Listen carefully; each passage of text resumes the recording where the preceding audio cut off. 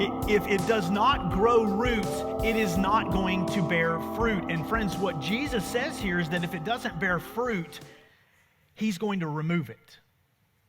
The Father is going to remove it. Now that brings us to the other question that I raised. Well, what's the difference between something being removed or taken away and being pruned? Jesus says, back to John 15, every branch in me that does not bear fruit, the Father takes away. But every branch that does bear fruit, he prunes that it may bear more fruit. What does bear fruit, the Father, he clips, he prunes, he trims. Why does he do this? Well, because without it, growth will be stifled and even unrealized. There are these bushes in my backyard right now along the fence. And at some point in the next month, Morgan and I are going to go out there and we're going to reach down and we're going to cut them off so that somewhere around May, they will begin to grow again.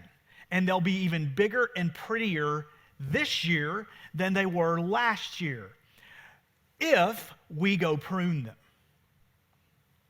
If we don't, I will sit there all summer staring at these nasty brown dead limbs. This is possibly one of the most difficult aspects of our relationship to God and his refining.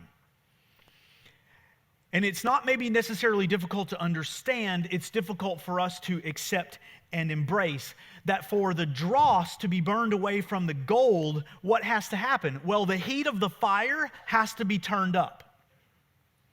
And if you and I think that gold has dross and things that need to be burned away, we do too. For the branch to bear fruit in season, in harvest, it must be trimmed and pruned in the winter.